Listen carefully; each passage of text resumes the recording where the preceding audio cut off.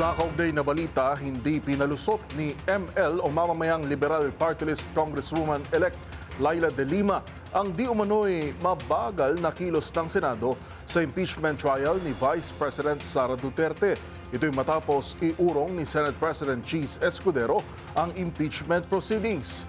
Sabay kambyo na posible raw na hindi tumawid sa 20th Congress ang impeachment.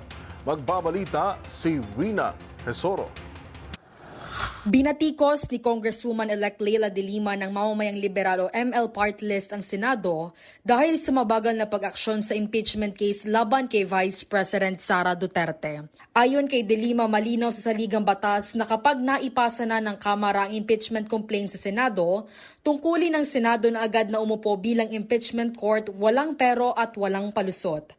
Sa press conference noong Lunes, sinabi ni Escudero na hindi pa sigurado kung matutuloy ang impeachment trial sa kasalukuyang Kongreso at depende pa umano ito sa boto ng buong Senado kapag nagbukas silang muli sa Hulyo. Inanunsyo rin niya na ipagpapaliban muna ang pagbasa ng mga artikulo ng impeachment mula June 2 o kahapon sana sa June 11. Kasama si De Lima sa grupo ng mga tagapagtanggol na layuning mahatulan si Vice President Sara Duterte sa isa man sa 7 reklamong isinampa laban sa kanya. Matatandaan noong February 2025 pa isinumite ng House of Representatives sa Senado ang impeachment complaint laban kay Vice President Sara, ngunit hanggang ngayon ay hindi pa rin ito umuusad. Para sa MBC TV Network News, ito si Rina Tesoro ng DZRH, una sa Pilipinas, una sa Pilipino.